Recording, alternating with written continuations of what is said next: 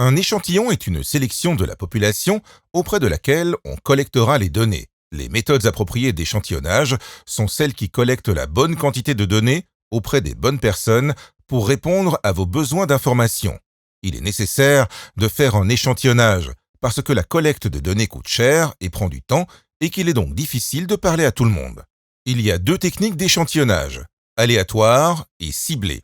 L'échantillonnage aléatoire est une manière de sélectionner les personnes à interroger à partir d'une liste de toute la population concernée pour que chaque personne ait la même chance d'être sélectionnée. On utilise ce type d'échantillonnage quand on doit dire que ce qui est vrai pour l'échantillon est probablement vrai pour la population dans son ensemble. L'échantillonnage aléatoire est souvent approprié quand on collecte des données quantitatives.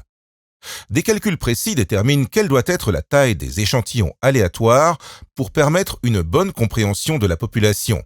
Par exemple, si la population de la communauté du projet est de 4000 personnes, de bons calculs d'échantillonnage peuvent déterminer que l'équipe doit parler à 250 personnes pour obtenir des résultats suffisants pour pouvoir prendre des décisions.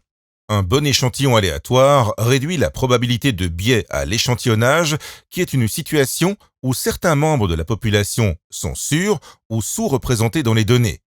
Les échantillons aléatoires peuvent comprendre des groupes de comparaison si nécessaire pour aider au plan d'analyse. On utilise l'échantillonnage ciblé quand on veut saisir des points de vue particuliers dans les données. On sélectionne de manière intentionnelle les personnes interrogées, selon leurs expériences ou leurs caractéristiques.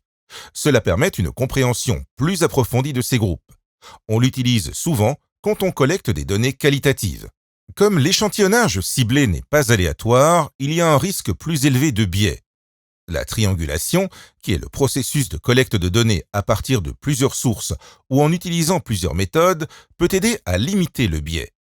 Quand on sélectionne 2 ou 3 personnes à interroger ou qu'on fait 2 ou 3 groupes de discussion, on peut faire une triangulation dans l'analyse.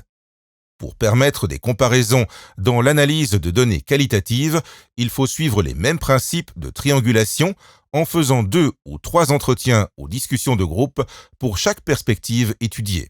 L'échantillonnage est autant un art qu'une science.